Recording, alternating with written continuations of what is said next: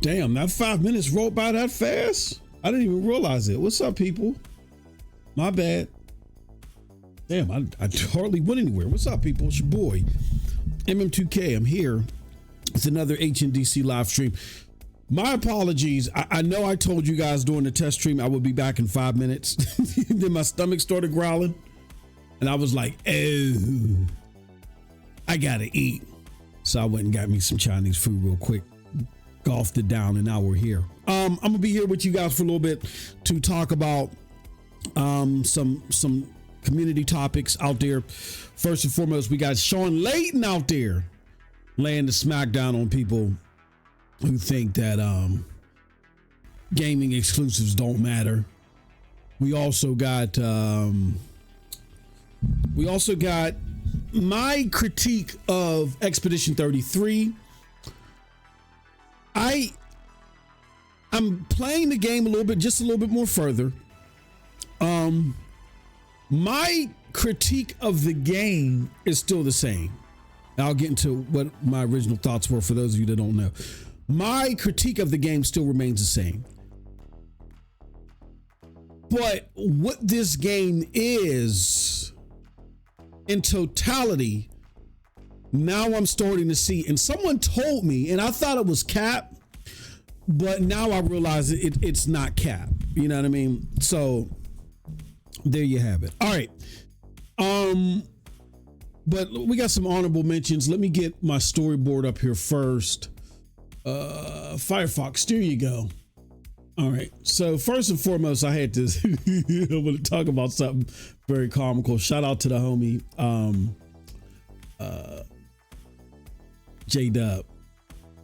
J-Dub put something out here that had me dying. Let me see if I can find it. My homie J-Dub on Twitter. If I can find it. I don't know what's going on with the internet today, but it is really effing up. Okay, here it goes. No, that's not it. Okay, here it goes right here.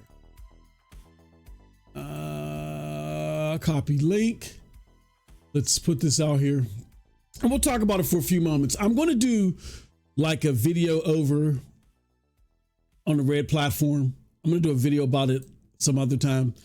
But I did want to just briefly talk about this right now because it is funny when you think about it, and it's sad at the same time. So let's do this. Can I do web? There we go. Good. Okay. So shout out to the homie J-Dub. J-Dub put this out there. He says, at MM2K RIP GeForce Cloud. And he tagged some other people in it. So I'm messing with him. I'm like, bro, I'm grandfathered, brother. I'll keep the whole plan with no limits. And then I told him, plus with these new RAM prices, these broke motherfuckers out here got no other choice. Nvidia trying to turn PCMR into personal cloud master race. What is he talking about? He's talking about this story right here from Windows Central Game. There's other people that are talking about it. Nvidia will enforce 100-hour GeForce Now limit in 2026. It says while building. So I don't know what the I don't know what the heck is going on. So anyway, with that title, it's long as shit. So here's the skinny of the situation. Nvidia GeForce Now, they decided that they're going to put time limits on how long people can play, even people that have a subscription. They're putting time limits on how long you can play. The only way to get out of those time limits are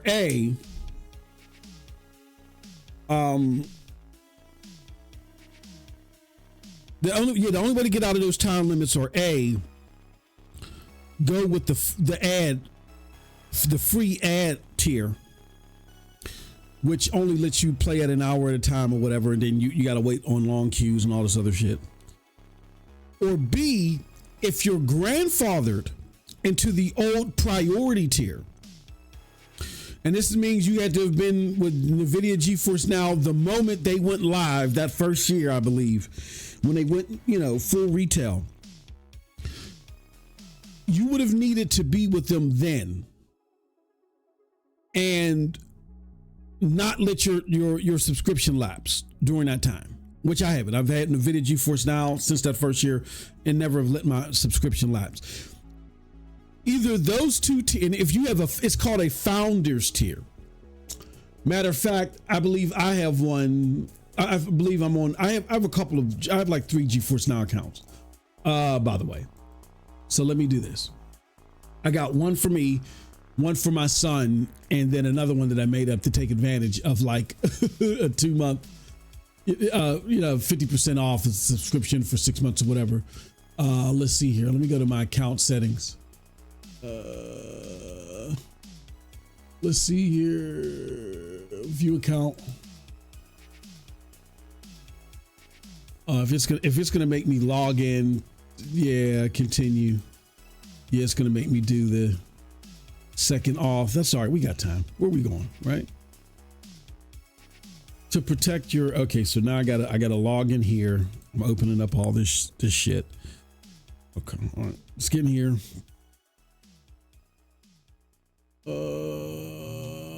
There we go. Authenticate your email, verify email address. There we go. We're in there. We're in LifeFlan, so now I can get the frick out of that. Okay, and it's redirecting me back. See, I don't get billed again until January 18th. So,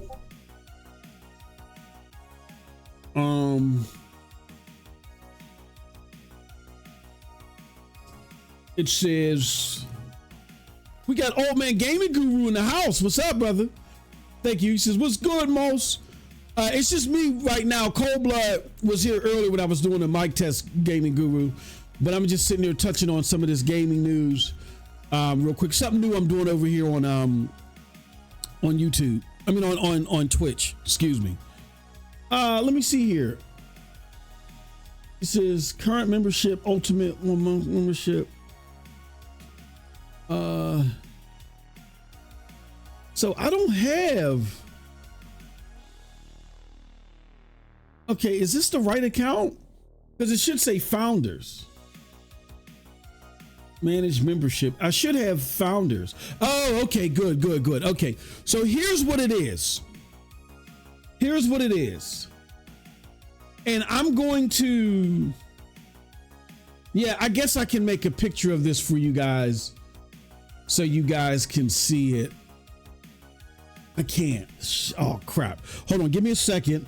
Let me make a picture of this so you guys can see this, so you can know what I'm talking about and know it's not all cap. All right. So we'll do this. I got to save this somewhere. Where can I save this? Come on. Let's save this. Here, let's do this. Quick access. Let's go to, where do I have? All right, let's go here. Open file location. Let's do another. Let's see, Shawn Layden. We'll say 2025. Sorry, y'all. 12.20. Oh man, Gaming Guru. Give me 1 second. I'm gonna do something for you real quick. Because you're a long-time supporter, I need to add you to this list. I'll explain it in a second. Shawn Layden. I'm gonna put Shawn Layden. Okay. And then I am going to save this here. And what I need to do is, oh shit, what the hell is this at? Let me move this back. Okay. Oh, this sucks that I ain't have this ready already. Okay, now I gotta go to my folder.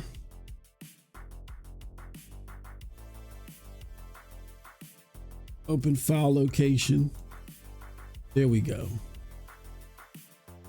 Copy address as text. There we go. All right, I might be able to do it now.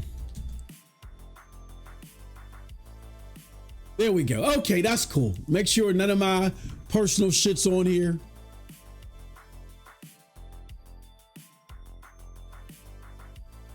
Okay, all right, here we go. All right. Old Man Gaming Guru. So, all right, bet. All right, so let me add you to this list.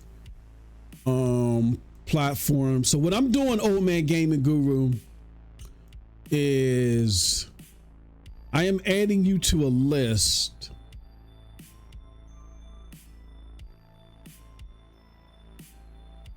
Let's see. Names is, there we go. All right, so oh man, come on. Control panel. All right, I'm adding you to a list, bro, of people that get to use a feature while I'm streaming live. And you can use it anytime as long as I have the feature active. So I have it active now. So let me show you how it works, bro. So basically what you do is you do something like this. You're gonna see what I'm doing in the chat. Speak.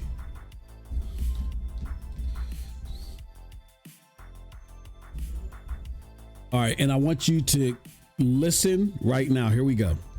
HNDC TV said, "What's good, old manga guru?" Should have said old man gaming guru, but it's an old manga guru. But it's text to speech. So only certain people have access to it, longtime supporters, subscribers, and plus two, if you have it available, Old Man Gaming Guru, if you have Prime and you've linked your Prime subscription to Twitch, or if you do it, if you haven't already done it, it gives you a free Twitch, it gives you a free Prime subscription that, you know what I'm saying, that you can use to get access to extra content. It's free of charge. So what you do is you just basically go to where I think it says gift a subscription, and you make sure you use your Prime, your free Prime. If you haven't already, if you've done it already, don't worry about it. But just in case you're not a member anywhere else and you want to get access to extra content, like I just did a video last night, you'll get access to it because I'm giving access to everybody when it comes to this stuff. So you got the text to speech, regardless, Old Man Gaming Guru. And now you're, and then too, like I said, if you join with your Twitch, your free Twitch Prime, you'll get access to additional content as well. You have to join our Discord, so make sure you're in the Discord. Let me know if you have the Discord link. If you don't have the Discord link, let me know. I'll get you the link.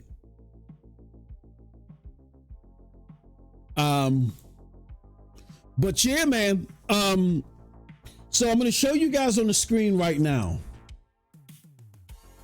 So here's now is a little bit of time for truth telling, right?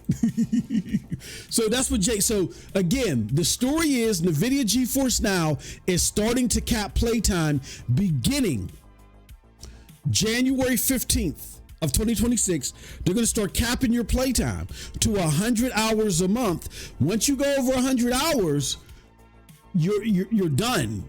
I mean, you know, you can't play anymore unless you buy more time. And I think you can buy 15 hours for every $6. It doesn't matter if you're already part of a subscription service. The only two tiers where you don't have to worry about this. Okay, you're in the Discord? Okay, cool. Make sure, Old Man Gaming Guru, that you link your Discord and Twitch as well. Because what's going to happen is in the Discord, there's a channel that says, what does it say? There's a channel in the Discord where it says member Noti level 1 and member Noti level 2. And you'll get access to both of those, and it'll notify you every time that I add a new video. You know what I'm saying? Every time I add a new video to the for members to enjoy, you'll get notification through the Discord. So that's how it works. All right, cool. So again, I know I sound like a broken record, but I want to make sure that everybody's following me. Shout out to J Dub for him sticking his nose in other people's goddamn business. Shout out to my brother J Dub. Now this is old news, but you know the actual cutoff times are about to go into effect, so that's why it's resurfing itself. And there's other reasons why this news is resurfing itself too, based upon some other grimy shit that's happening with memory and PC and all of this stuff. There is a PCMR video from King Thrash. I can't wait to watch this shit. I know this shit is hilarious, right? So anyway, so the PCMR, they've been kind of tight-lipped. They've been shutting their goddamn mouths, right? As they should. And I say that as a PC gamer myself. I think PCMR, they just got out of their britches and they had to be shown the lane that they need to operate in. Juice32877 said, I heard they changed the name to GeForce Now Not Later. Shout out to Juice. They probably did. I don't know they need to. Let me say this before I get into any further with this. The shit is whack. It's definitely whack. And I definitely feel some type of way as someone who's advocated for Nvidia GeForce Now. You know, when this story originally hit, you know, of course, cold blood was all over my back about it. You know what I'm saying? And reasonably so. I was live and I said, yo, the shit is whack. It is whack. And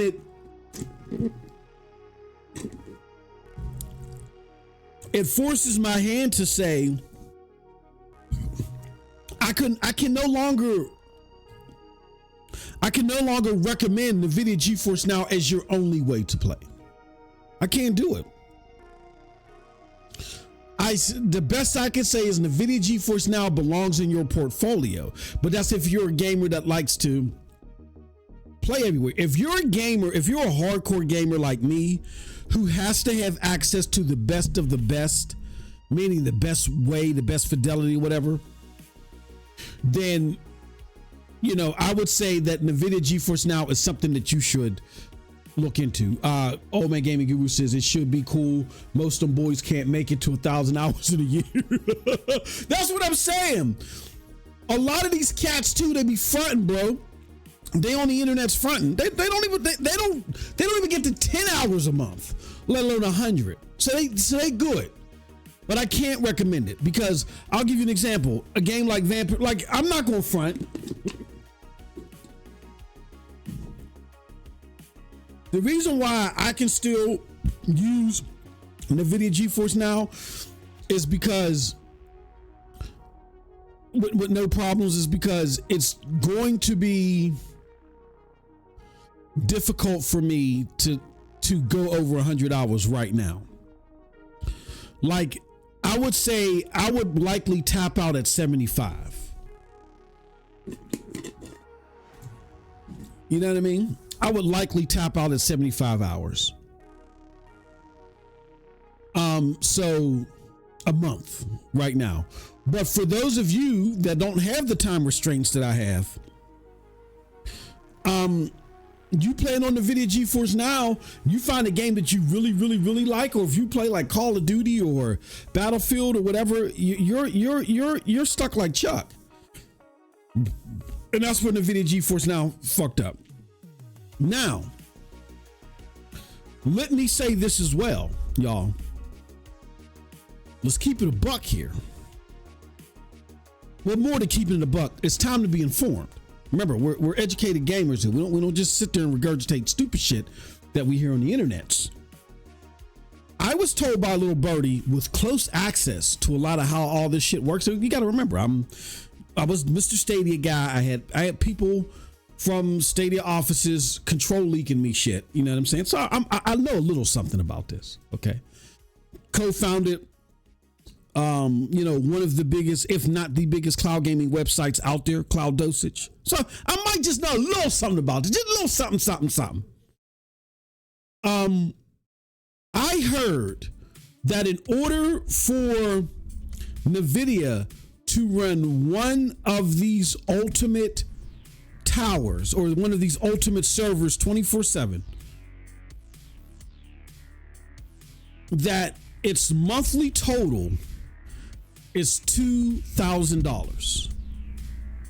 I've heard that it was $2,000 a session. Like it averages. I don't know how they came up with this figure.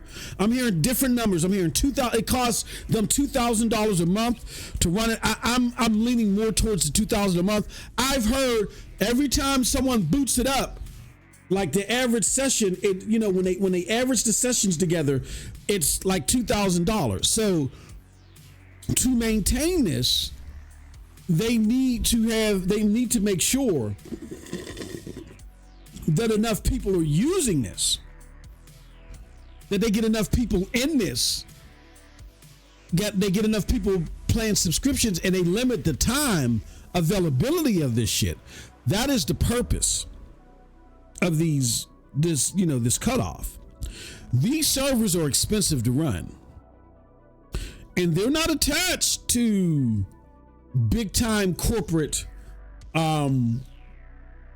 subscriptions.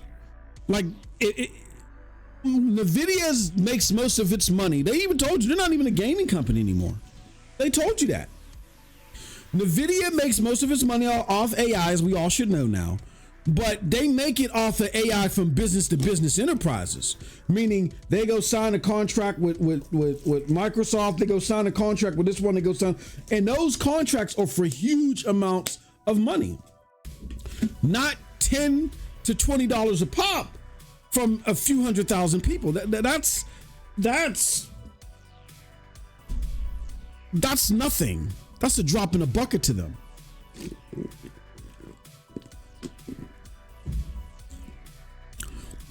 Because I don't know if there's millions of people paying for Nvidia GeForce now.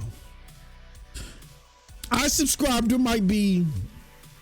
They might make 10 million annually from this, maybe 20 million. That's not a lot of money. Like, I don't know how many server nodes that they had. 2877 said, would you rather they do the time limitations or raise the price? That's a good ass fucking question, Juice. See, you got to get the hell out of my script, Juice. Get the hell out of my... No. Good ass fucking question. I was just about to get there. But no, matter of fact, put a pin on it. Put a pin on that, Juice. Because I was just... You saw where I was going with this. I was just about to get there. So that's the... Yeah, so... They don't make that much money. Like, let's do the math. Let's do the math. Let's just say if one server is $2,000. It's $2,000 a month, so that's $24,000 a year, right?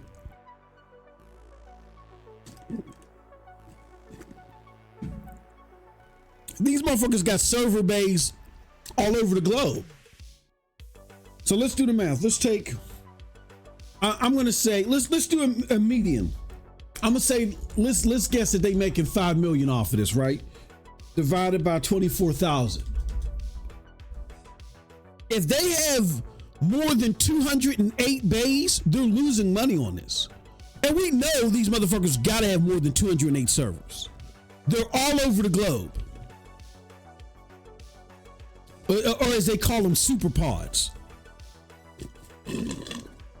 These motherfuckers have more than 208 super pods. So they're losing money on this.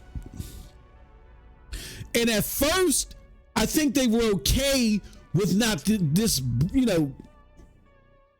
a big breakthrough moneymaker for them, because it was training their AI for other shit, their AI and machine learning. But now that they're making so much money doing this enterprise business, their investors are looking at this and they're like, okay, are you utilizing your dollar that you invest everywhere to the highest? See, that's the problem that we got to be cognizant of when these companies go public. It's no longer about how much money you make. It's no longer, it becomes, well, here's what it used to be. If you're not a publicly traded company, it's all about how much money you're making versus how much money you're spending. That's it. That's fine. As long as what you're making outweighs what you're spending, you are good. But phase 2 of that is, once you go public, that is a problem. Because you can't just rest on those laurels. Not only do you have to make more than what you're spending, but you have to make more than what you made last time around, last quarter, last year, last month even. So not only are you competing to make more money, not only are you competing against your peers, you're competing against yourself. That's phase two. But the worst, and when you start seeing the worst out of these companies, is actually phase three. Phase three is this, my friends. How are you maximizing your investment dollars? So let's just say you make more money than your peers. You're making more money than you did last quarter, last month, last year. That within itself still not enough when you're in the top. Now investors want to say, for every dollar that you invest in something, we see that you're getting back two. What are you? Can you get three? Can you get four? Can you get five? You know what I'm saying? So growth isn't good enough in all of the areas. It's now you got to maximize your dollar. That's what started happening since the pandemic. Since the pandemic, investors now are pushing these companies not to just do well against their peers, not to do better than what they did before. Now they want them to maximize their dollars, and that's why you're seeing these shitty outcomes from these companies. And Nvidia is another example of that. So now what they're looking at is like, hold on. We got this situation where we got all these server bays and these ways that people can play games, and we're not really making any money off of it. Yes, it's helped feeding our AI and machine learning, but we got to get more out of this. And now they put the limits on there. Now, and there is a reason that people are saying they're putting the limits on it, and I'm going to get into that in a second, but I want to answer Juice's question. So let's put Juice's question back up there. Juice says, would you rather they do time limitations or raise the price? Here's what Nvidia should do, because again, in case, and I've Juice, I think you missed it. The only way to avoid these time limits is A, be on the free tier where there's ads, or B, go back to the founders, and I never showed you guys this, hold on. Go back to the founders tier. If you're a founder like me, meaning within that first year of Nvidia GeForce Now, you would have had to subscribe then and never let your subscription lapse. If you never let your subscription lapse, then you always have access to the founders tier. And no matter where you go, if you drop down or you go up, as long as you don't let it lapse, you can go back to the founders tier, right? So right now I'm on the ultimate tier,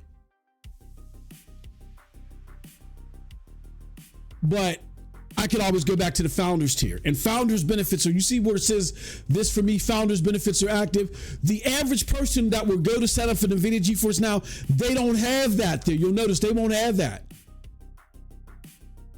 They won't have that here. They won't have that available. It's only people like me. So let's just say if I don't want any time limits, I have to get off of this tier and go back here. Which in this tier, I can get up to 1440p, up to 60 frames per second, and I'm on the equivalent of a 2080 Ti. Or 2080 Ti, whatever it is.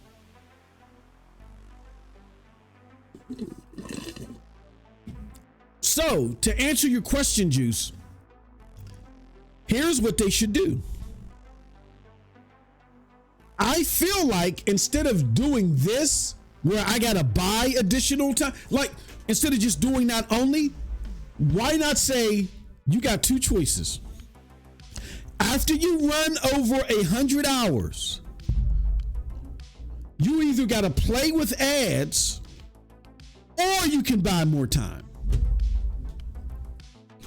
If that's the case, then fuck it, I'll play with ads then.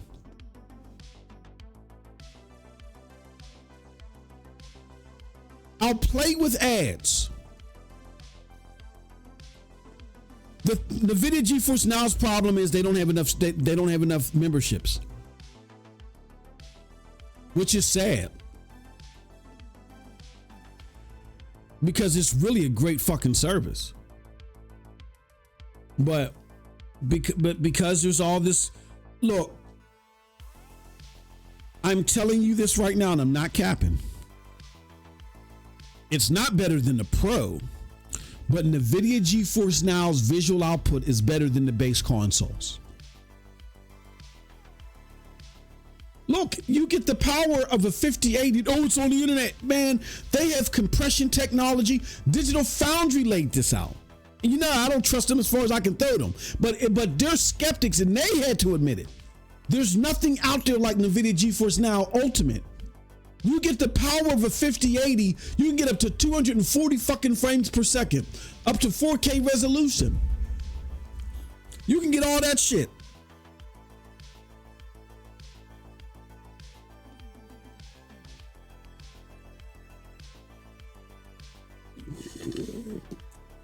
You can't get that elsewhere. You get that with NVIDIA GeForce Now. And I'm telling you, the output looks better than the base model PlayStation in the Xbox Series X. Is it fucking with the Pro? I'm not even gonna go there because, of course, the Pro has no compression. You know what I'm saying? But crazy enough, the latency, the technology, the reflex technology, the latency on that is so good that it still battles consoles. Like NVIDIA GeForce Now got some crazy shit happening with this technology. And I would have said before these time limits, it would have been worth it for every hardcore gamer to have it. Because this is what I look when it comes to a multiplat, bro. Before this time limit, oh, it was a given. Oh, I'm getting it here. I'm getting it on NVIDIA GeForce Now. Because I have a lot more flexibility. Now I don't know. It depends. If it's a game that I know I'm going to get into, where I might crack 100 hours a month, yeah, I don't know. But what they should do, y'all, is they should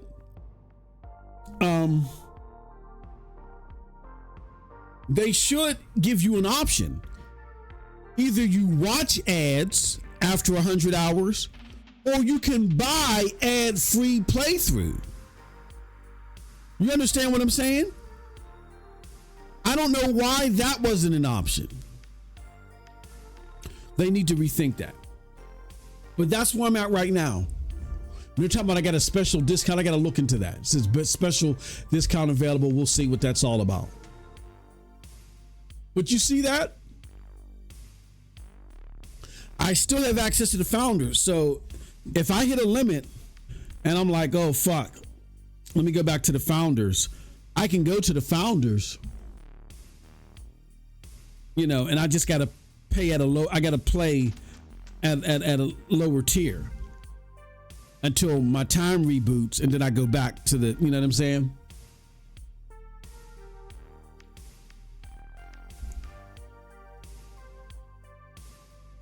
And normally the middle tier is $9.99. I'm locked in at the founders tier for $4.99. Do you see that?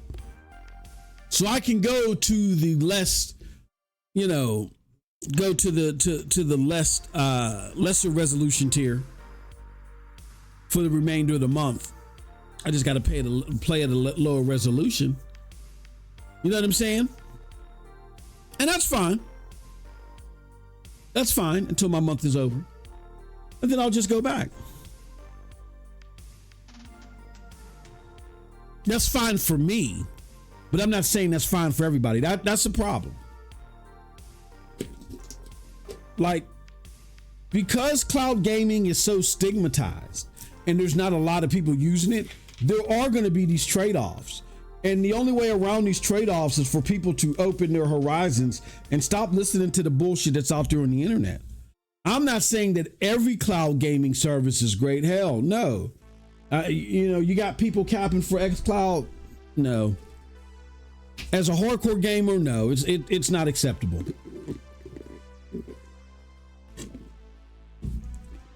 As an added benefit,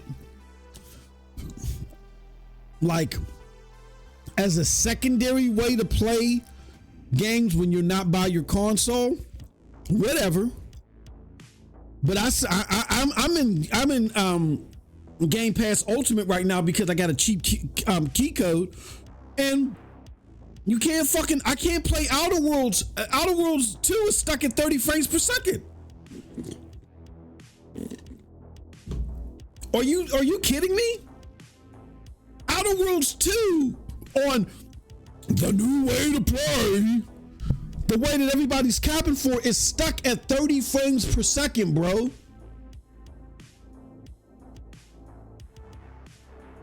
Now I know there's like mods or what do you call that shit? Whatever, that people add, little special programs and shit that people create to try to brute force you onto the Series X version of the game. APIs and all other stuff. And I don't know what those are. And most people aren't going to know what those are. And most people ain't going to go through the trouble to do that. I've learned from Stadia. Most people are going to go through the trouble of doing that. They don't want to mess with their fucking web browser and potentially add bottlenecks to their web browser so their cloud gaming experience can be fathomable.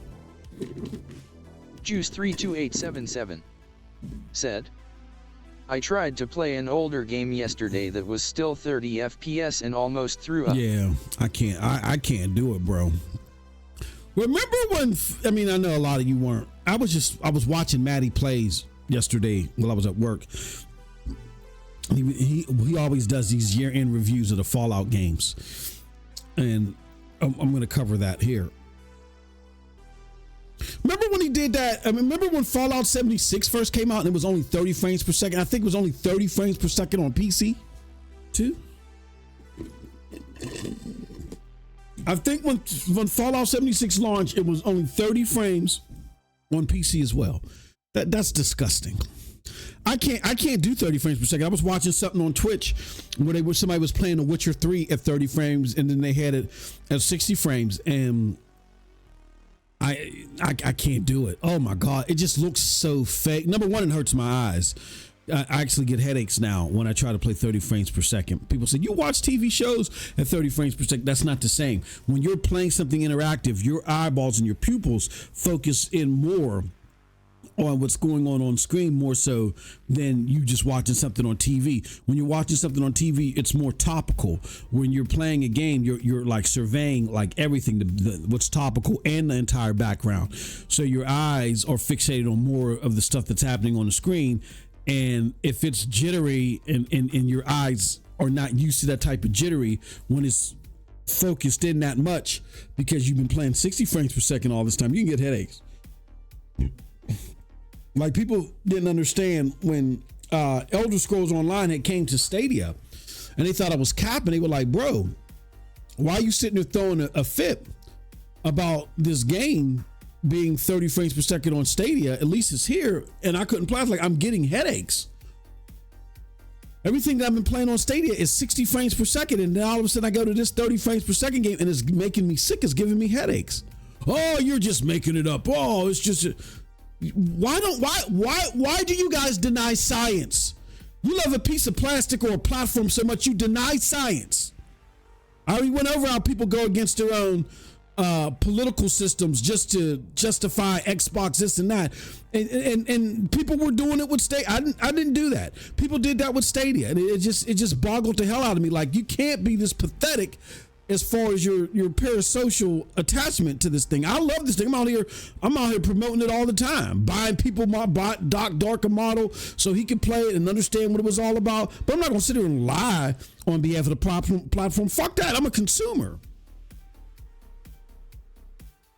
You know what I'm saying? It was just a weird occurrence. But yeah, people want to deny science. No, you can't. If you're used to playing 60 frames per second on a game, you playing a game and you watching TV, it's two totally different sets of focus types of focus that your eyes are doing. I can't play a game at 30 frames per second anymore. I just can't do it. Number one, it's ugly. Number two, even if if it wasn't that ugly, like, oh, let me try it, I would eventually get a headache. I just would. So that's what I think Nvidia should do. I think Nvidia needs to go and change their whole stance on this and add ads as an option, as ads as the default option. Then, allow people to say, well, you know what, to bypass the ads, let's go and allow us to do buy ad-free time. You know what I'm saying? Still not a perfect response. Still going to turn people away. But I think it's better. Anyway, the last part of this is people are saying, and I can't deny it or vouch for it. Either way, this is a mess Nvidia has to clean up. People are saying that the reason why Nvidia is doing this is they're trying to capitalize on what they foresaw, the oncoming PC price gouge, and how all these big wig companies don't want you owning anything. Shout out to Gamer Nexus for reporting on this. I've been watching him faithfully, and he makes a very convincing argument that people like Nvidia, what they want to do is they want to control your access. They don't want you to own any of this shit. They don't want you to own the endpoint at all. They want ownership of it. So what they, and because that allows them to charge you more. Like Gamer Nexus did a great, here, let me see if I can find it. Gamer Nexus did a great graph. Here. I thought I said, oh, no. It's in my Gmail. Let me go to my Gmail. Where I emailed myself. Come on. What are we doing here? Why is everything so slow on the internet? Okay. I want to download this. Download this. I'm going to download it in the same place.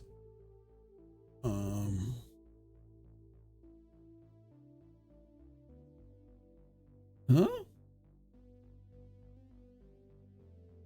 The frick is going on here? Open file.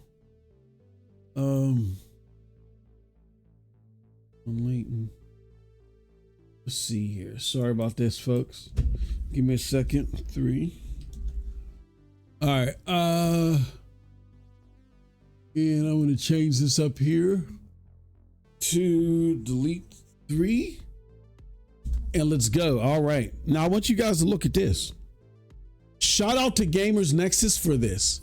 This is a chart showing you that if you were to buy a $4,500 computer of a good gaming PC with an RTX 4090, anywhere between $3,500 to $4,500, the average cost of a PS5 Pro is $650, and the average cost of a Steam machine, quarter one could be, $1,000, give or take $200. They're showing you that with the Nvidia GeForce Now subscription, over the course of time, how you're going to end up paying more for the GeForce Now subscription than you would the PC or the PC. So what he's done is he's looked at the playtime per day and multiplied to give you what the playtime would be per month, depending upon what your playtime is per day. He's giving you the number of the cost per month, what it would be depending upon your playtime,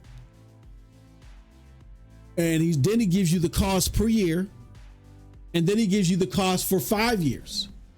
And you see here at this point, if you play about 4 hours a day and you're on the ultimate tier, if you average 4 hours a day on the ultimate tier,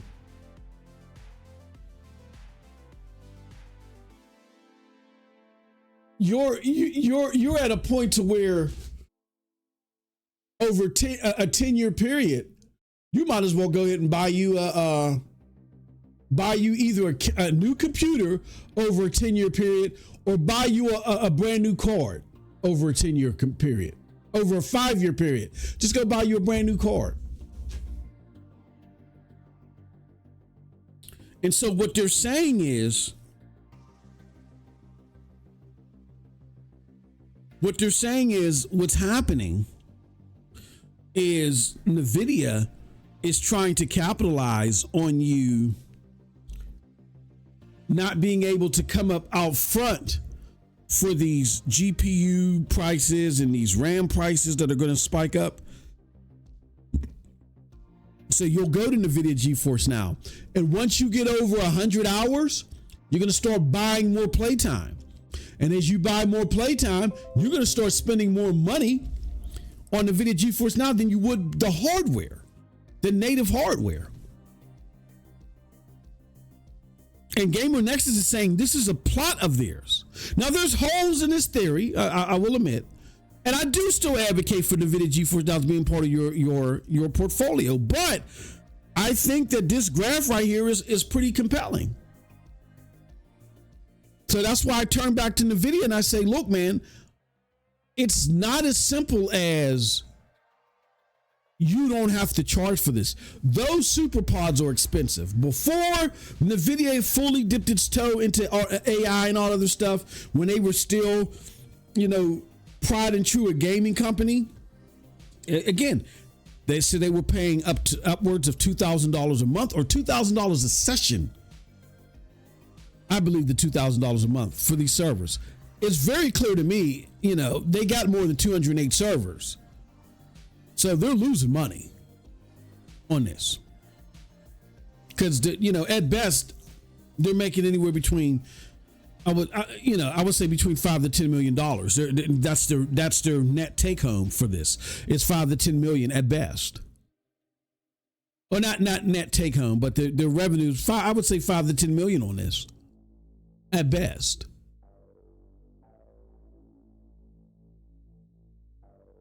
So using the $2,000 maintain fee a month for each server, taking that into account, looking at them making about $5 million a year on this annually. If they got more than 208 servers, they're losing money on this. In today's investment climate, it's suicide to say to your investors, we're investing in this thing. It is kind of like R&D, but yeah, we're losing money through this. Investors are going to say, no, you got to figure out a way to make money even on that, even if it's not a big money maker, even if you're getting R&D on it, you got to make money on it. That's just the current business climate. So I understand they got to do something. I don't think they're satanic because they're doing something, but the answer simply being we're going to charge you for intervals of 15 hours or something like that. I don't think that's it. You give people options. You either say, if you can let people go on the free tier simply by giving them ads, then what you need to do is you need to add ads to the ultimate tier and say, look, once you hit that 100 hour threshold, we got to hit you with ads. Or you can buy additional ad-free time. I would even go as far as this if I'm Nvidia and leave the choice in the gamer's hands. Leave the choice in the gamer's hands. I would do this. I would say for $14.99 a month, you can get the ad tier of the Nvidia GeForce Now Ultimate. You can get the ad-free tier for $21.99. Well, and make it ad-free for up to 150 hours. Then after 150 hours, then you got a choice. Either we add ads after 151, or you can buy additional time for increments up to 15. That's what I would do. So I think it's a little hybrid of both, Juice. You might have, you do a price decrease for those that don't mind ads, that want the higher resolution and stuff, but don't mind ads. Let them get the lower resolution tier for $14.99 or $13.99, whatever. I would say $14.99 is a sweet spot. let them get the ad-free tier up to 150 hours for $8 more, for like $21.99 or $22.99, right? And then say after 150 hours on the ad-free tier, for you to continue to enjoy ad-free experience, you got to buy increments of 15 hours at a time. Then that makes sense. That makes sense. I think they've missed it. I'm confused, and this is what I have to say to my friends at Nvidia GeForce. Now, I haven't sat and met with them for a while because I really haven't had the time. If I get an opportunity, I would say to them, I'm really curious on what, like your message board meetings are about. And I hope they're having message board meetings where they're writing down everything that they're hearing out there in the ethos. They're eliminating, reasonably eliminating what's just noise, what's just, toxic or rabbit noise. And they're looking at the most common complaints that they're seeing. And what are they saying about it? And I want to ask them, what is your process at looking at this? Because this can't be the first time that you're either hearing or you've bounced around yourselves. Why not add tier or, an ad substitute for that time versus people paying more money? Like, did no one bounce that around on how bad that was going to look? Or do you not care? I'm just curious on what those conversations look like. Because I don't think they're embedded in reality. I would tell them that. They're very open to criticism. They've never been nasty.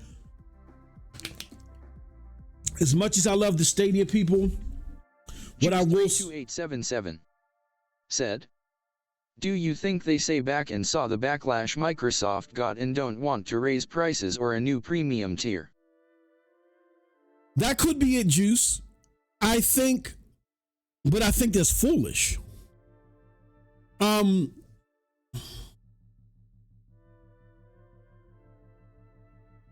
see. I don't consider myself a genius, Juice. I don't think I'm a genius. I know I go around here calling people dumb. I call people dumb because I don't really think that what I'm thinking about is that bright. I just pay attention to patterns. I pay attention to what people do, because people move as sheep, and they tend to do the same shit.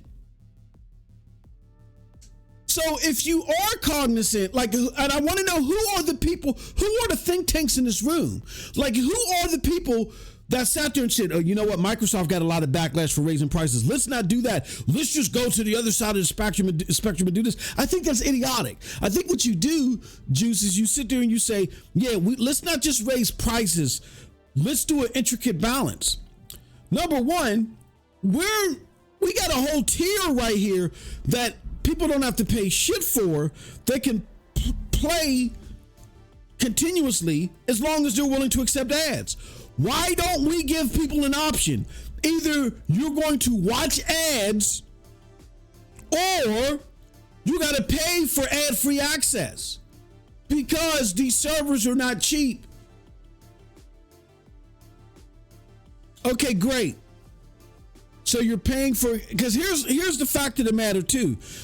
As Nvidia GeForce now gets a lot of usage, the thing that Xbox has on its side is that they have a revenue stream, kind of, sorta, in Game Pass. There are 30 million Game Pass people out there. There are not 30 million paying subscribers of Nvidia GeForce Now. That's Nvidia GeForce Now's problem.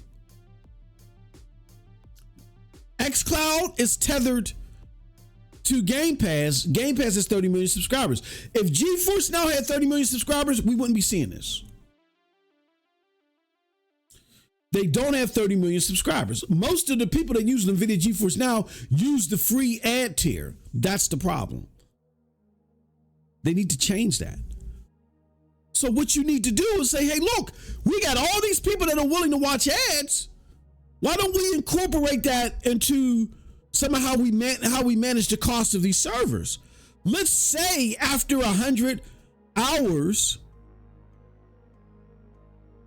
or in this case, let's say after so many hours, which I'm proposing 150, that you're going to automatically get ads unless you buy more ad-free time. And let's split this up. Let's not just raise the price on people. We're going to now. 2877 said, I would love to be a fly on the wall and see if they raised the prices for ads. Yeah, I wouldn't raise it. Yeah, I wouldn't raise the price for ad. What I would do is I would just simply say, we're now splitting this up a little bit. We're changing this a little bit. For $13.99, you can get access to the ultimate tier, but you're going to get ads. You're going to get ads throughout. For $8 more, for $21.99, you can get ad-free access for 150 hours. And after 150 hours,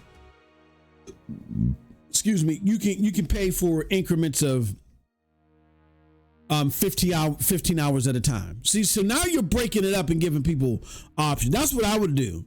Because again, they're given no other choice because they don't have the paying usership. You know what I mean? That's their problem. That's been the Nvidia GeForce Now's problem. I don't know so much about Amazon Luna. I don't know what their revenue thing is like, but Stadia out of all of them always was the most lucrative. It's just not lucrative enough. They had a revenue sharing program. They had a revenue sharing program, meaning you don't share revenue unless there's revenue to share. 877 said, I mean raise the prices for companies to put ads on GeForce Now. Oh yeah. Yeah. Yeah, they just need to sit there and figure this one out, but I think do a better job because now you got, again, let me put this back on the screen. You got Gamer Nexus putting out shit like this is very convincing. Like what you're trying to do is, because Microsoft tried this in the early 2000s, Juice, if you remember.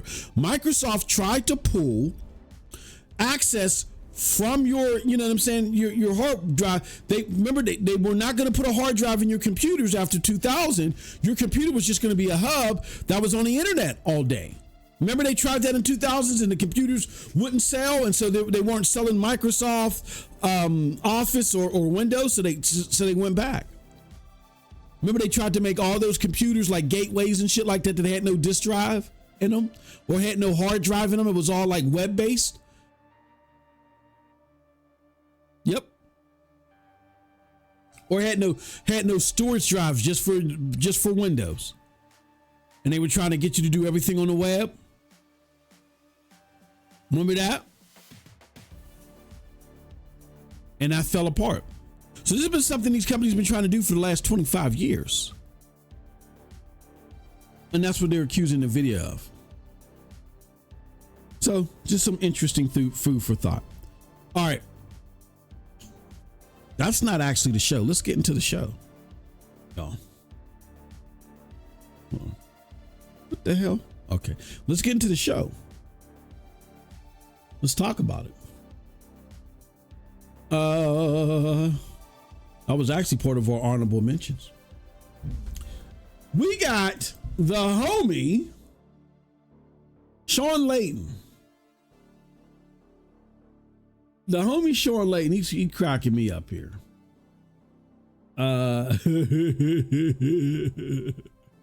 So he was on this podcast called The Character Select for Gamer Rant, I think it was. And he was talking to this young lady here, and she tried to say something to him that he was not having at all. So let's play what Shawn Layden had to say and let's respond back to it. All right, so let me pause this music and we'll respond back to this. So here we go. That, console exclusive games are not a thing anymore. They're a thing. They're a thing, but do you think they're on their way out? I don't think every game has to be console exclusive.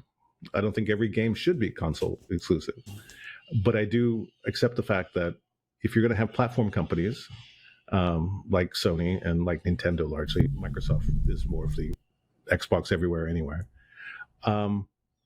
There is a huge value to the brand of having strong exclusives. You know, if Mario starts showing up on PlayStation, that's the apocalypse, right? Cats and dogs living together. Of course, the other thing with multi-platform that people got to, you know, I'm sure most people realize that, but when you do code across multiple platforms, you do have to code to the lowest common denominator. Yeah. Right. But if you do exclusives, you can push every lever to 11. Certainly, if you're looking for a massively multiplayer game, then you almost have to go multi-console, multi-platform, because you've got to rip that funnel open as wide as possible to get people in there. Certainly for free to play, because you're only converting, 3% of the users. So you don't want 3% of 20 million. You want 3% of 200 million. Okay, so he broke that wide open.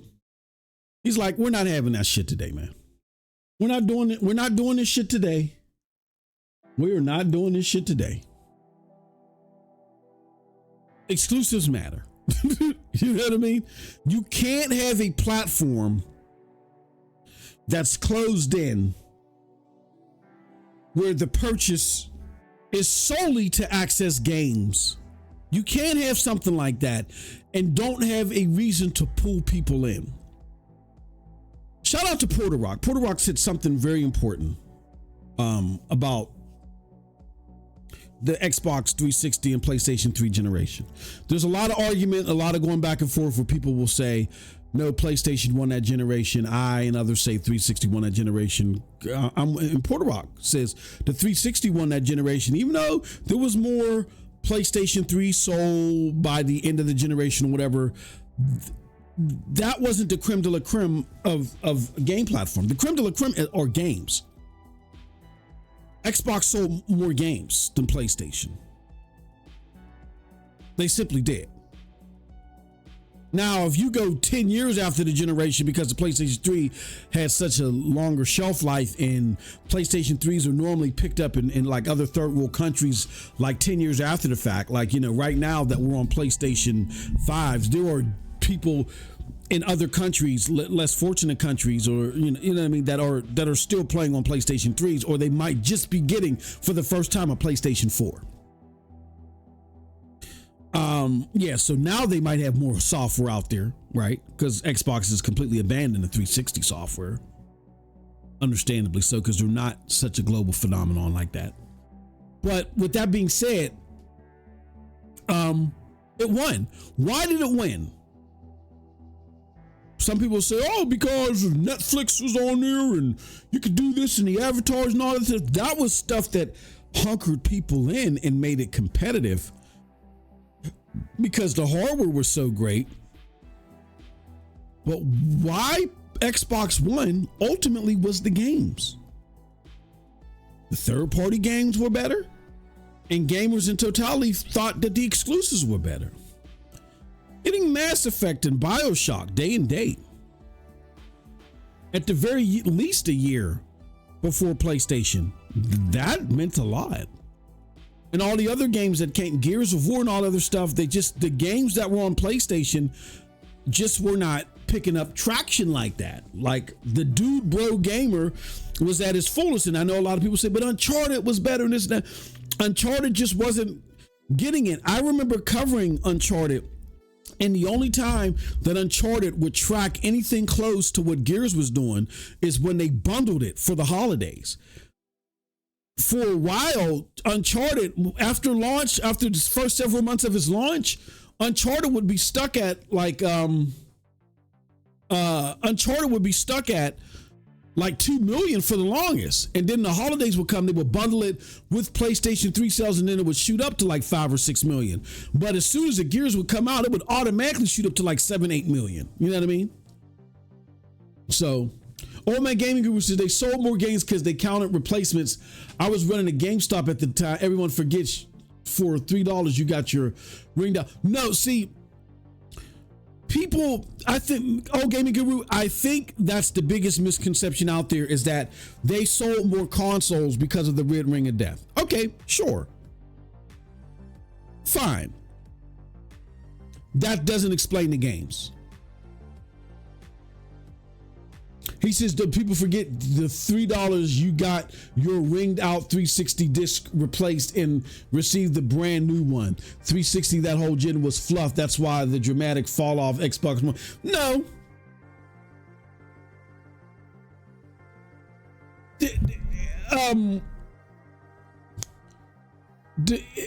I've had three 360s. And what a lot of people did is they some people would put their 360s on the side and it would fall. They wouldn't have a stand. But that was for every platform. That if the thing fell, it would eat up your disc. That was every platform. It wasn't just the 360. Like I had them both. I had a PlayStation 3, I had a 360, and I'm gonna be honest with you. I never kept my 360. I never kept my PlayStation 3. I would only get a PlayStation 3 for when Uncharted or Infamous would come out. When a new Infamous came out or a new Uncharted come out, I would go and order like the backwards compatible one off of eBay and keep it for, and 2 of those. So I bought a PlayStation 3, I want to say about 3 or 4 times during that generation. Because after I played Uncharted or Infamous, I had no other use for it except for a media server. And then I ended up buying another media server. So then I would trade it in. I had one Xbox get the red ring of death. I had 2 PlayStation 3s get the yellow light of death. Yellow light of death, I'm not saying it was as big as the red ring of death. Absolutely not. But the yellow light of death was underreported because the red ring of death. So I think you had, I think you had, Old Gaming Guru, I think you had more instances of people probably using that $3 insurance to get more, because you just had more people playing 360 games. Like the 360 section in all the game shops that I went to, they dwarfed the PlayStation 3 section. They just dwarfed it. And the reason why the Xbox fell off so much is because it's not so much that numbers were fluffed.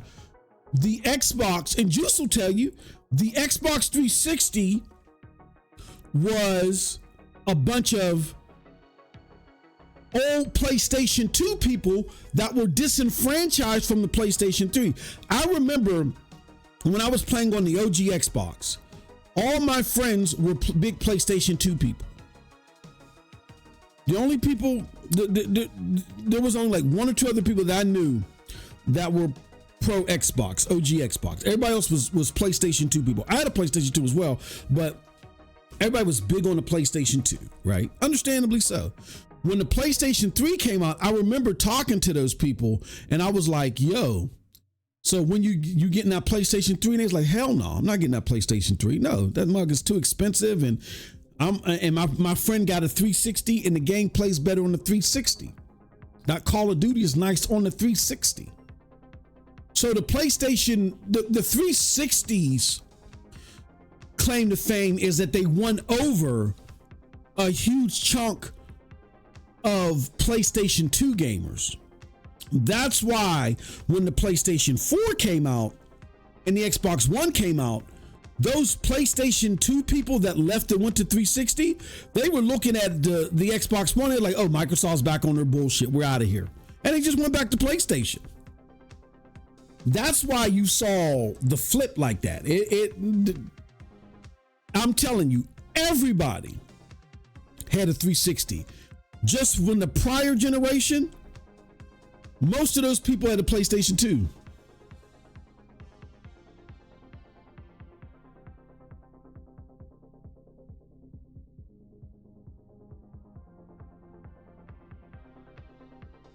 Yeah.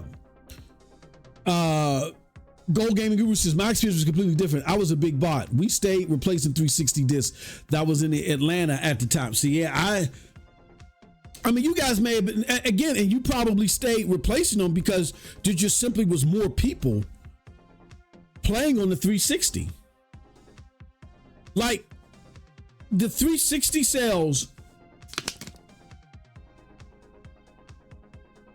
just were dwarfing the PlayStation 3. Where globally it was different. Microsoft didn't have a name globally, but everybody I know that was a big PlayStation 2 person, like Juice said, they left. They were like, oh no, we're not with this shit. $600? Are you motherfuckers crazy? We're out.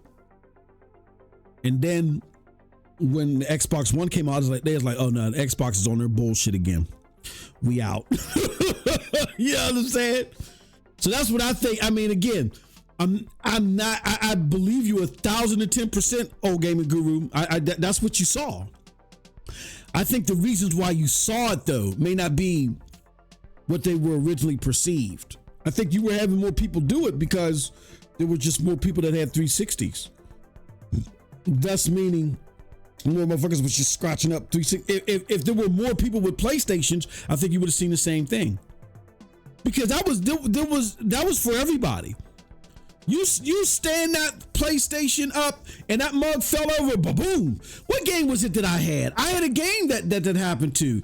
Oh, what game was that, man? Was it Dead Space? Yeah, it was Dead Space. I had Dead Space on the PlayStation 3.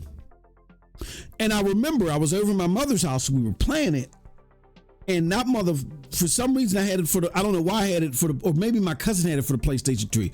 And I remember we was jumping around or whatever, because somebody was playing it or whatever. And that mug fell over, boom, and scratched the disc all up. A lot of that happened a lot on both of the consoles. Mugs would be standing them up. They wouldn't have no stand. They would be standing them up and that mug would fall, boom, fall over, scratch up the disc. You know what I mean?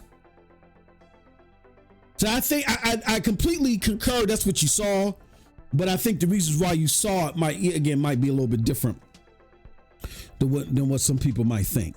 You know what I'm saying? But yeah, if you want to have a platform in general, you gotta have exclusives. And the point I was trying to make is that I believe Porter Rock said it right. The reason why the 361 is because they had more exclusives. He counted them up. He counted it up and said it may have not been much, but they had more exclusives. And that's why they beat PlayStation, not by that much. They only had a few more exclusives, but they had more, where normally PlayStation would destroy Xbox and exclusives in previous years. People may say, well, hold on. How come that's not happening now? Xbox has more first-party games. They're not exclusive, though. They're all coming to play. They're all coming to everywhere. They're everybody for the streets. What y'all talking about? So there's something to that. If you're going to have an agnostic platform that requires someone to have a serious need, a specific need in order to pick up that platform, it's like buying a soda streamer. I don't buy a soda streamer to make coffee. I buy a soda streamer to make soda. So if you don't have specific soda, you know what I'm saying, that, or a specific taste that comes out of your soda streamer that prevails higher over other soda streamers, why would I buy your, you know what I'm saying? Why would I buy your soda streamer if there's nothing that distinguishes it from other soda streamers? I would just go buy the cheapest one, right? I would just buy the cheapest soda streamer. There has to be something that distincts your product from another. And when it comes to video games, that's exclusives. Software and little hardware quirks are not enough. Or not enough. Reasonably so. The Xbox Series controller is a very low latency controller. As far as it's the best latency, the most impressive low latency controller you're going to get out there in the market ever.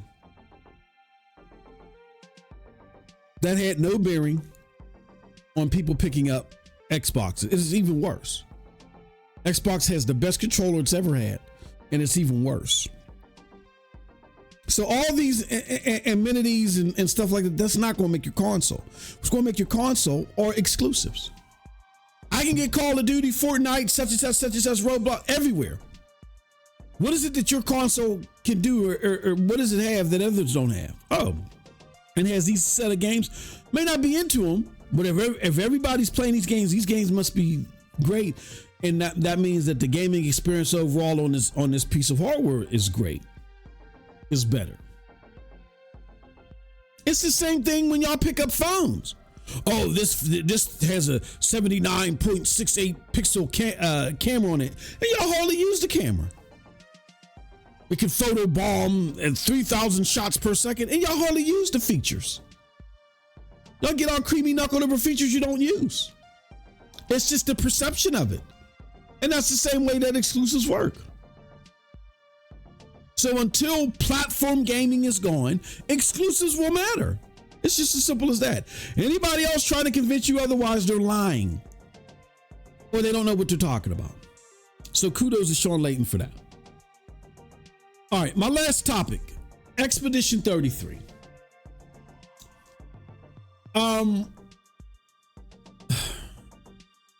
So here, let me do this.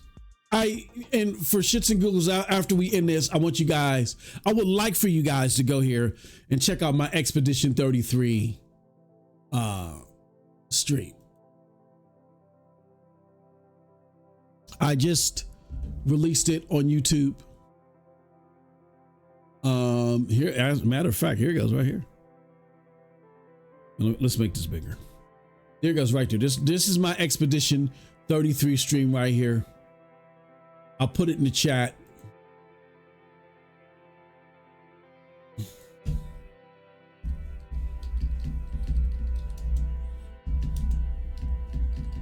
I'll put it right here in the chat. There it goes. So after we get done here, check out that Expedition 33 stream.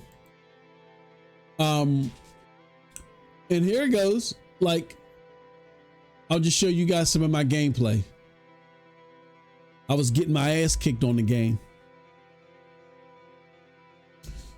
But yeah, I have nothing against this game. We put on 1080p. I have nothing, I repeat, I have nothing against this game. And Juice, I'm glad you're here. Juice, you're not going to want to leave. I was hoping Cold Blood would be here, but he'll hear this later. Or I know you'll fuck with him, and you'll say you need to listen to this part of the stream. All right, I have nothing against this game. I think this game is really good. I can see why it's people's game of the year, and by the time I finish it, it might overtake Adamfall for me and become my runner-up game of the year. I do think the game is dope, though. Definitely dope. But I'm going to stick by my whole theory that as great as this game is, as understandably so why it's a lot of people's game of the year, and understandably so why it got a lot of awards and it killed it at a lot of these award shows. And I won't debate those parts. And for full clarity, in case you guys weren't aware, I said it may take over it would take over Adamfall as my runner-up. My game of the year is Ghost of Yotai. But I will say this. As great as it is, as deservingly so, as you know, game of the year, I'm more adamantly, now that I've played more of it, I more adamantly stick to my thoughts that this definitely shouldn't have won RPG of the year. No way.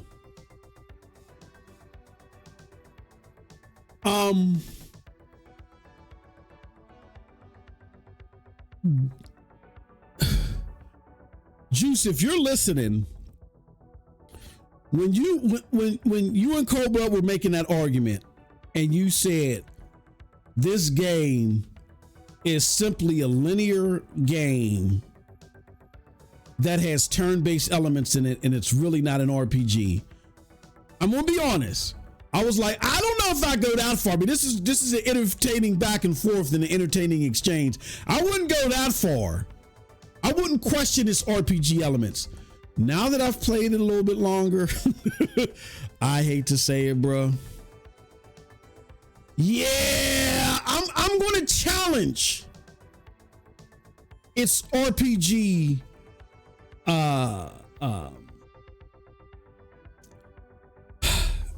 I'm gonna challenge its RPG credentials. I think at the end of the day, I would still classify it an RPG, but I would say from the lowest tier. And I'm not talking quality wise. I'm talking elements.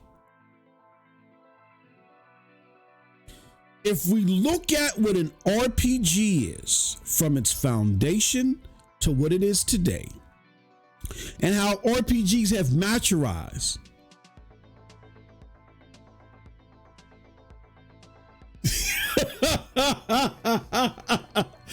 I'm going to say this, that I do think that people got all creamy knuckled. Yes. I thought it was hyperbolic to call it QTEs, but people are so enamored by this whole parry system in a turn base. And again, it's a great element, but people were like, this is in Super Paper Mario, which I've never played Super Paper Mario, so I don't know. They're like, this, and I think calling it QTEs, I thought it was hyperbolic, but I think it's fair. This is a very linear-esque God of War as far as terrain type of game, right? Well, God of War, you turn that world map or whatever. Here, you're just walking in the mini map. This is very God of War-esque. And God of War had RPG elements. Hell, original Castlevania had RPG elements. You know what this game reminds me of as far as structure? Not necessarily gameplay, but as far as structure, where it comes very close to being an RPG, but it's debatable.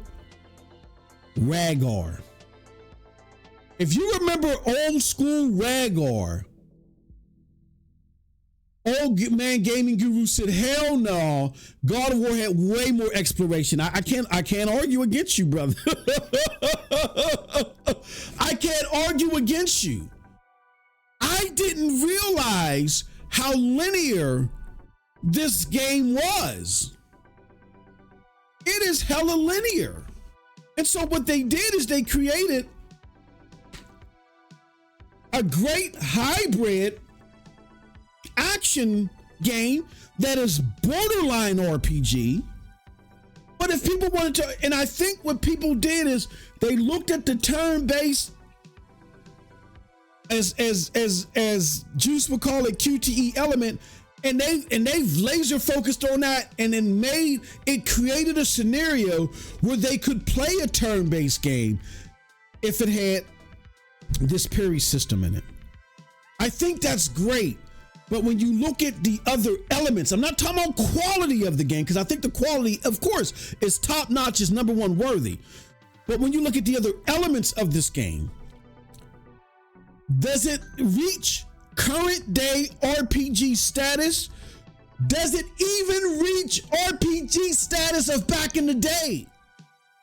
I'm going to tell y'all, hell no! Look at a game that I say is my favorite game of all time.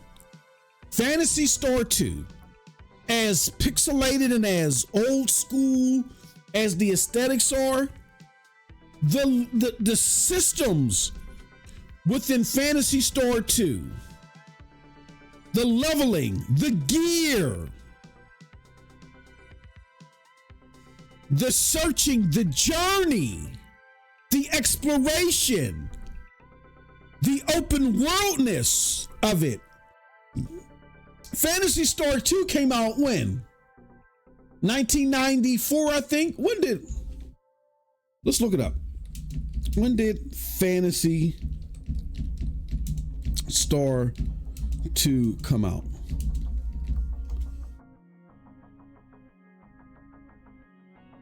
Oh, it did? Phantasy Star 2 was 1989? God damn, I'm old as hell. I thought it was like 91.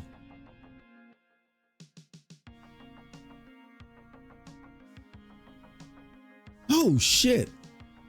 Oh, okay, no, it came out in 1990. That's what I said. I don't remember this shit in 89.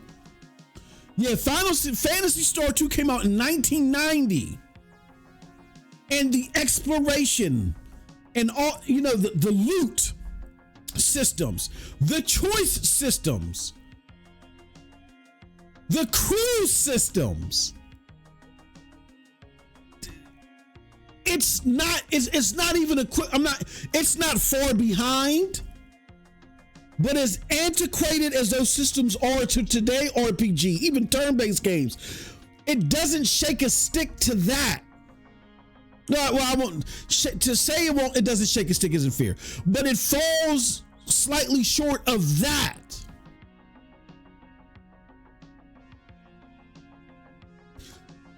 Great story, great aesthetic, great gameplay. I agree. Now, like, the elements that you see in Expedition 33 are more action game with RPG elements.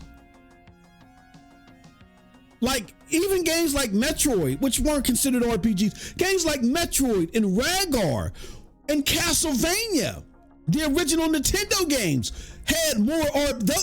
If we're using this as a standard, those would be RPGs.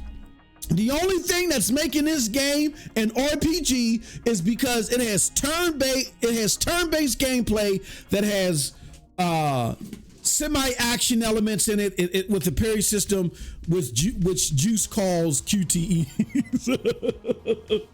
But yeah, again, not taking away from the overall quality of the game.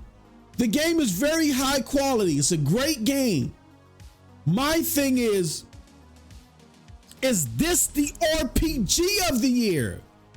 And it's not. And the problem that I have with it being called RPG of the year is that now you're going to have people that make authentic, deep RPGs now flatline their elements for this. Oh, this is what they want.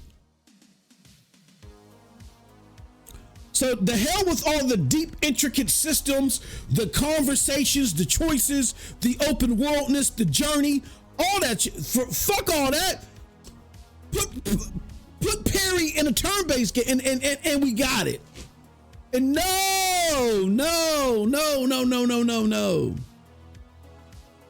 no. As much as the Game Awards don't matter at the end of the day, so this is all superficial as far as any expectations of them changing it. No, but I would like for the conversation to remain open. I would like for the discussion and the debate to remain had. I'm going to be more fair and more lenient and say this does qualify as an RPG, ever so lightly, but it does qualify. But to say that it exemplifies the best example of an RPG this year, I'm going to say absolutely not. I would even put my choice for RPG of the year, which is Atomfall. And I'm willing to submit and say, I know without even playing Kingdom Come Deliverance 2, I know Adam Fall can't shake a stick to Kingdom Come Deliverance 2. From all the stuff that I've seen that you can do with that motherfucker, they can't shake a stick to it. But it's way more RPG than this. This is a great game. This is a great game that took inspiration from RPG elements, put it in there, and gave you bare minimum and packaged to, I think, cross the line by a hair and qualify as an RPG. But this is not the brightest example. I'll put it like this. This is not the brightest example of an RPG. This is a great action adventure experience with RPG elements in it.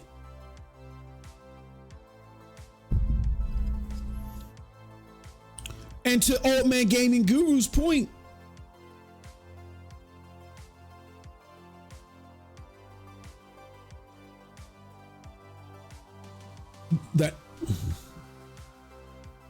that is true.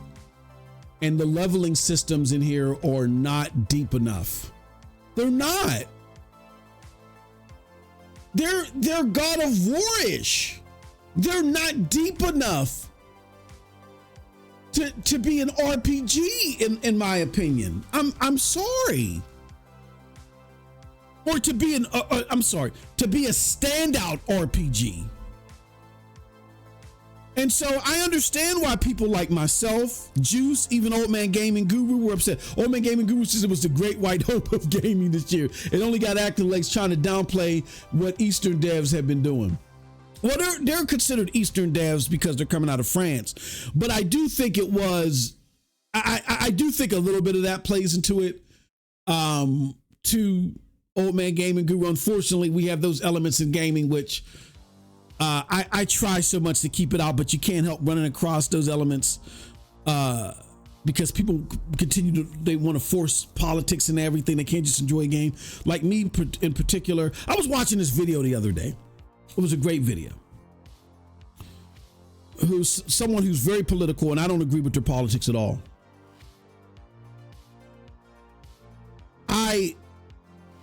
But they brought up a good point. They said something to the effects of,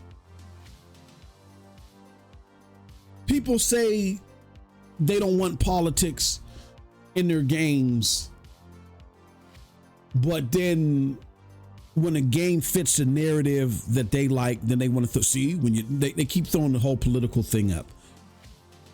And it questioned, why are people so tied into, like, it really begs the question, why are you tethered to a fictitious character to be an extension of your identity? Like, let me give you an example. I play games to escape the world. Now, I'm not a small black guy. I'm 6 foot, 265 pounds. I'm not small at all. I don't need to see a big burly black man in every game in order for me to relate to it. I like to play as female. Why do I like to play as females a lot of times? Because it's an oddity. It's an oddity. I like to see the underdog, like, whoop some ass and take advantage of the shit. I like to see because I have a vivid imagination. See, games for me are an extension of my imagination. And I really think it's shallow where everybody for a fantasy game has to see an extension of themselves. And so therefore I say people like Juice and I and Old Man Gaming Guru, we've had to enjoy gaming for decades where gaming was not an extension of us at all. We just had to expand in our imagination, and we never cried. We never said, where's the big burly black man in it? We never did that. I just really think it exuberates, and that's the point that this video was making. It exuberates a form of shallowness to where, and how sad are for things for you in real life where a video game character has to be an extension of you, especially a fantasy game. Like, I'll play as a female, an Asian, white. It doesn't matter to me. As long as the story is great, as long as the imaginative implementation is good, as long as, there's mystery or a sense of urgency or whatever in it, I'm cool with it. And I often like to play as a female because, again, I like playing as the underdog, doing some badass shit. It was always a mysterious oddity. It was always an oddity to me. And to me, gaming are about those oddities where you escape the real world. The crazy shit in the real world is an escapism to me.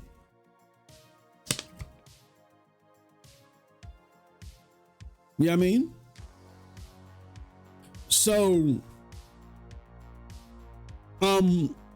unfortunately, you do have that element where they try to adulterate.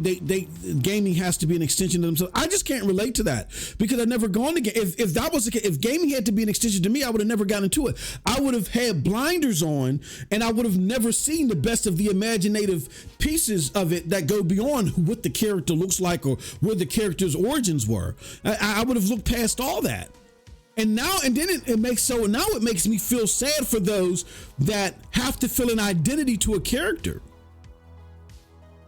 Like, you're so laser focused on identifying with a character that all the other intricate parts of said game you missed out on because you were just reliving yourself as this badass version of yourself. To me, I just can't relate to that. That's what I'll say.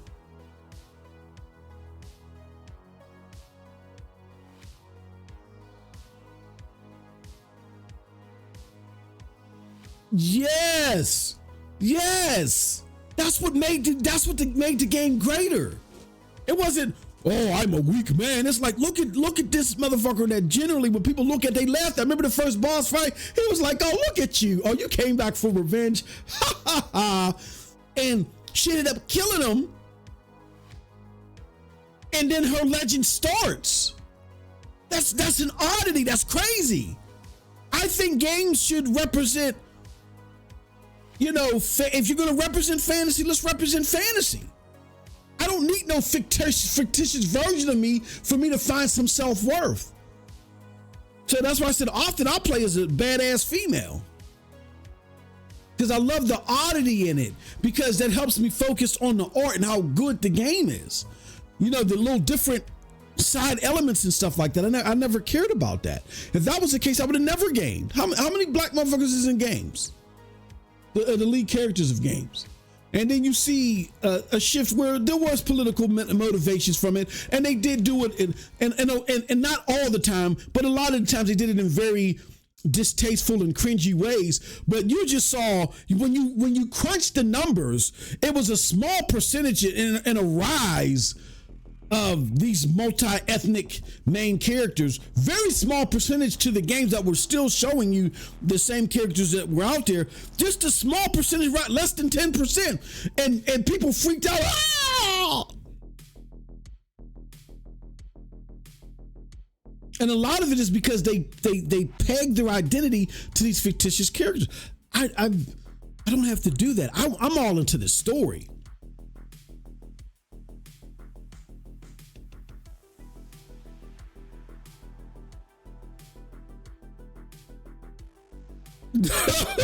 Come on, bro.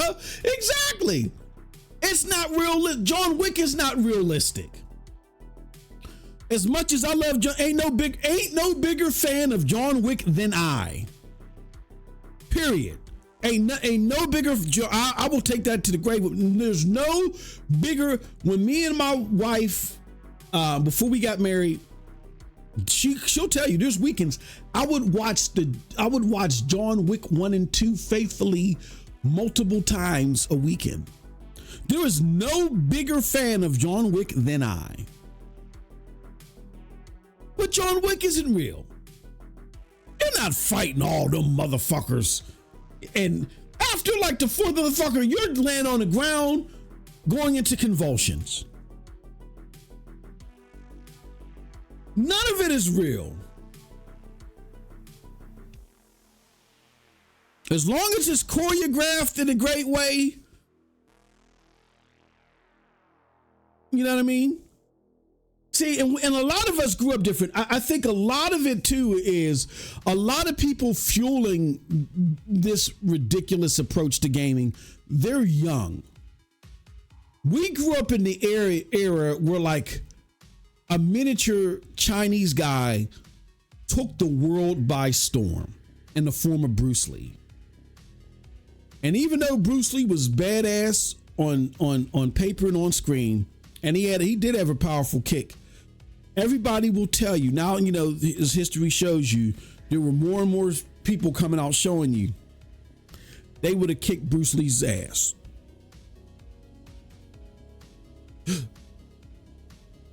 Like Bruce Lee, he couldn't beat Jet Li, who was a world-renowned monk. He couldn't fuck with Tony Jaa. He couldn't fuck with Michael Jai White would whoop all their asses. He couldn't fuck with what's my boy from Umbach 2.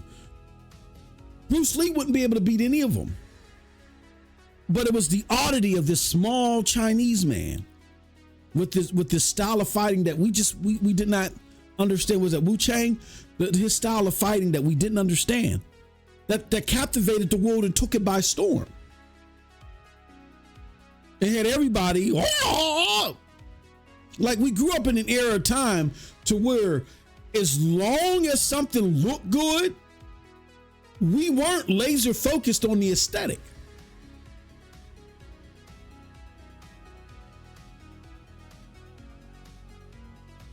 Now, not everybody was always given a chance, you know, but, you know, we grew up not laser focused on it. It looked badass. And that's why I said I never said, oh, no, I can't get into that. I'm not no small Asian dude. No, phooey. I never did that.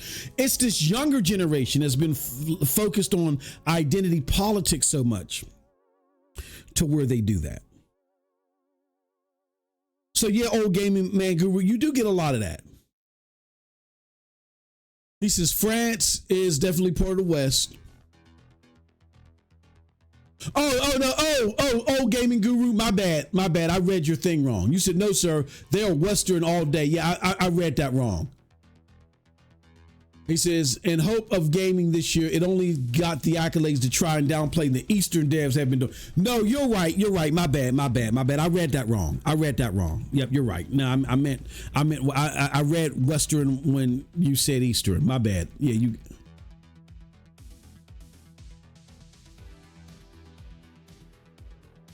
Mm-hmm. Yeah, exactly. It was like Clinton was our black president, right? and we settled for that. You know what I mean? So, yeah, I just to add truth to insight, like I never was on that. When I saw it was politically motivated from a certain group, you know what I'm saying? When they called it, and whitewashing was a thing. We got to keep it fair. Whitewashing was a thing. I know because the company that I work for, they hired companies that told them, you know, let's make everything multi-ethnic and let's scrub the white faces from everything. And you don't do that. You don't do that. The thing is about making it fair. It's not about scrubbing anybody. Let's give everybody an opportunity.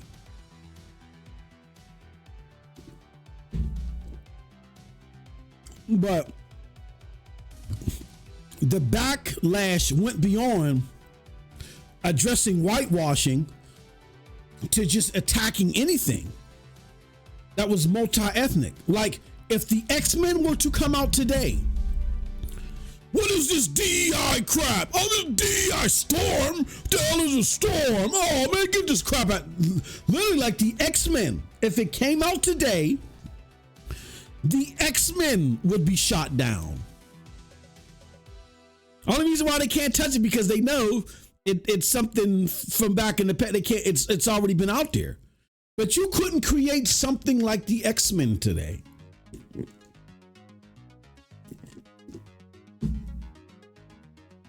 So yeah, Old Man Gaming Guru, I think that's part of it. He said Jeet Kune Do and none of them boys would exist without him. Don't get it twisted. He whooped ass in real life as well. His style ain't taught around the world for nothing. No, Bruce Lee was bad, But, and he did fuck up Chuck Norris in real life. But Bruce Lee, I'm sorry, he's not fucking with Tony Jaa. He's not fucking with Michael Jai White. He's not fucking with Jet Li. As much as Bruce Lee is the GOAT, is the godfather of martial arts cinema, you put that motherfucker in a real fight against Michael Jai White. Michael Jai White is grabbing him by his ankles and throwing him all over the place, bro. He doesn't last 5 seconds with Michael Jai White. He doesn't. Jet Li is a monk, and there's another dude. What's the dude? Oh, what's my man's name? Oh shit, what's the name of that movie? Oh God, hold on. Let me show you the dude that will whoop all their asses. Okay, Fatal Contact. That's the name of it. Star from Fatal Contact.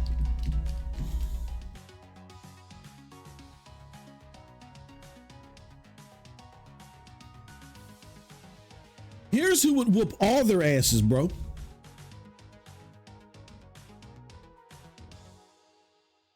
Here's who would whoop all their asses. That motherfucker right there.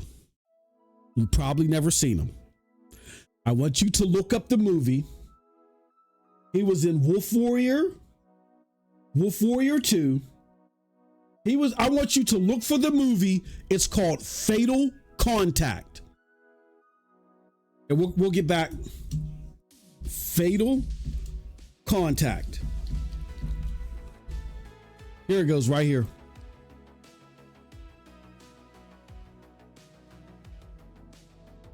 I'm typing on the wrong. Here it goes, right here. I want you to look for this movie, Fatal Contact.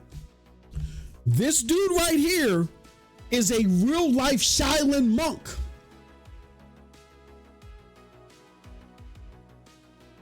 A Shaolin monk, a real life Shaolin monk master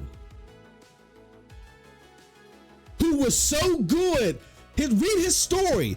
He was so good. Like the actors, all of them, Jet Li and all of them, they went and trained with him. I mean, they trained with him and they trained with the other Shaolin monks. He was so good. The actor said, "You got to get into movies. You got to show the world your martial arts. You have to show." And for a brief period of time, that's what he did. For about 10, 15 years, that's what he did. And from what I understand, he went back to being a monk. His name is Wu Jing. Nobody's touching Wu Jing. He's a small guy too, small like Bruce Lee. He will whoop everybody's ass. I'm telling you, these martial artists today, they're on a whole nother level.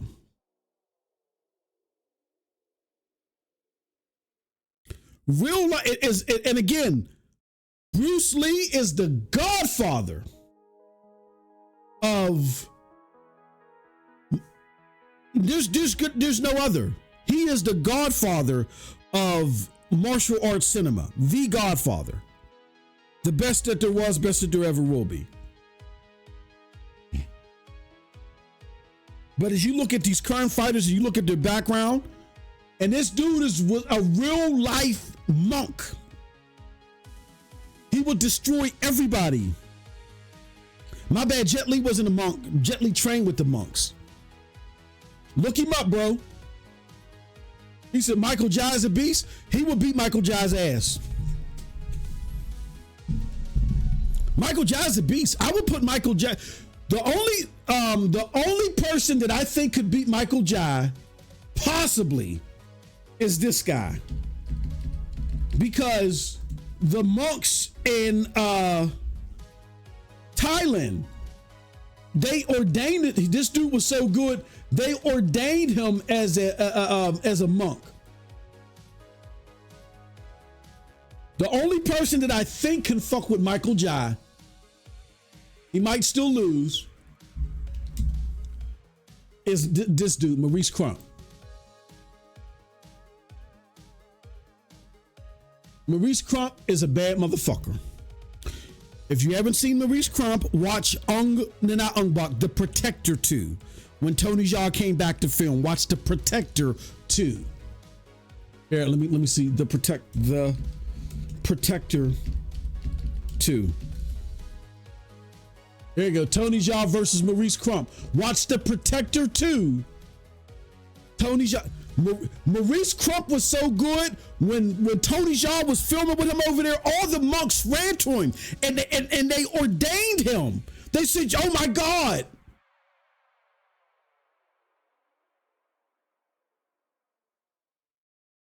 What makes Michael Jai, the reason why I'm not 100% sure he can beat Michael Jai White, what makes Michael Jai White deadly is his power.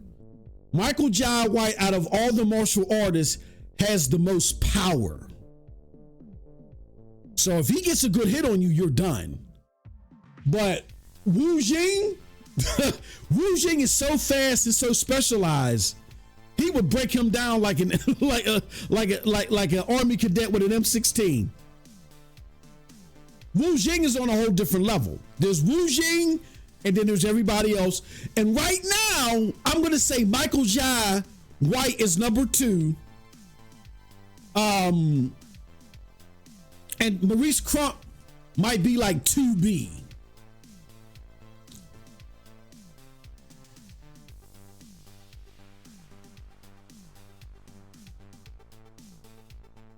You know what I'm saying?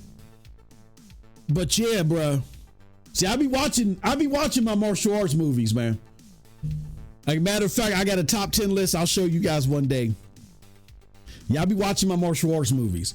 But Wu Jing, he's what we think Bruce Lee is. He's what we think Bruce Lee is in real life.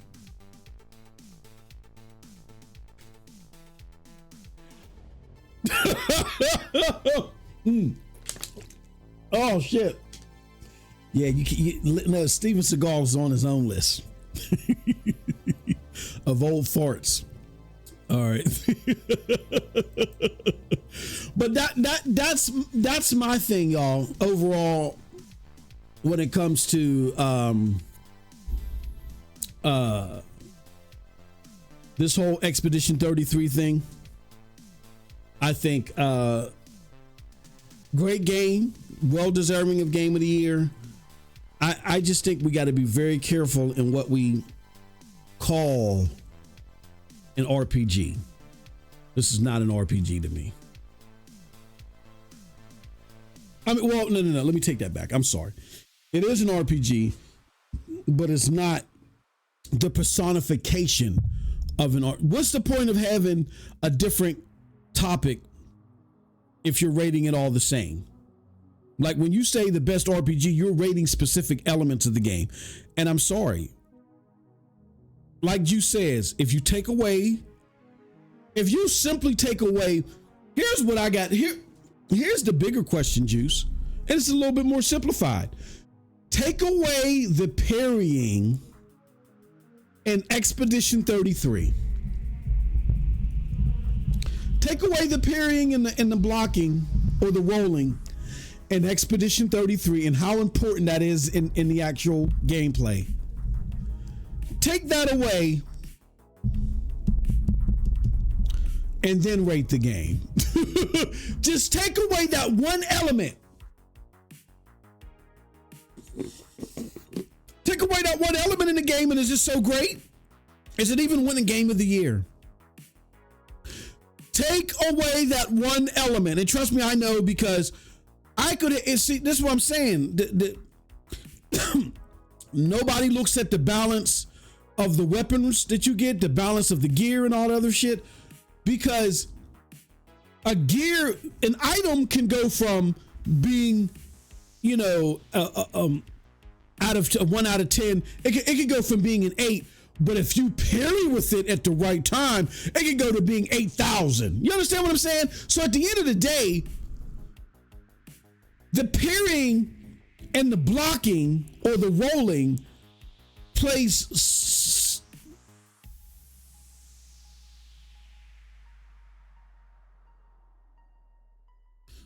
And I'm gonna do that too. That's what I'm saying. Like, how, if we take that out, it's really a more in-depth RPG system than Kingdom Come Deliverance. It's not, look, I know from experience, it's not more in-depth than Atomfall. Atomfall is all about choices and the level of journey, like they don't hold your hand at all. Like Battlefall is an RPG in one of its purest forms where they don't tell you where to go. You literally got to use the most minuscule clue, and you got to use your abilities and your skills to convince certain situations. You got to fight the right people at the right time. Like, there's so many intricate RPG elements in Atomfall to where, you know, your gameplay, no two people's gameplay of Atomfall are going to be the same. That's an RPG. No two people's gameplay of Atomfall is going to be the same at all. You're going to make one singular choice that's going to set you in a whole totally different direction from me.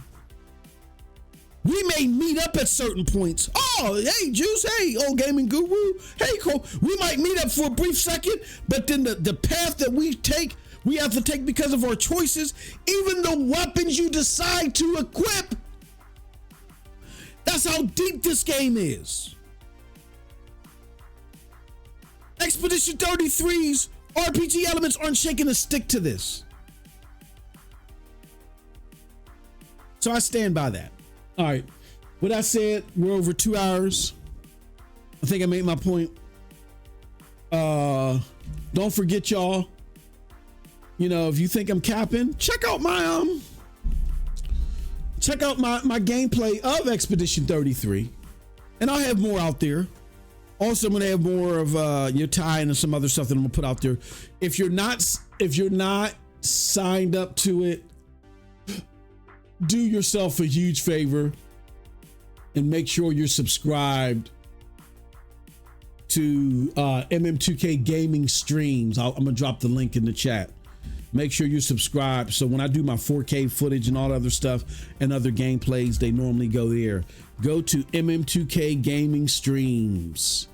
You can check out my PS5 Pro videos, which, you know what I'm saying, really show the beauty of the PlayStation 5.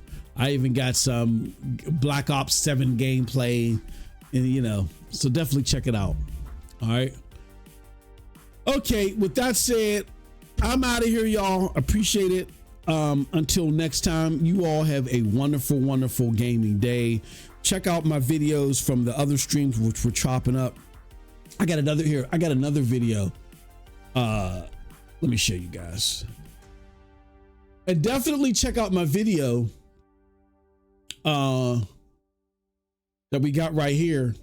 It's called Gamers or Hypocrites? The Larian AI Backlash is Pure Hypocrisy. Check out that video, guys. I dropped it like 6 hours ago. All right. Till next time, have a wonderful gaming day. See you next Saturday. Peace.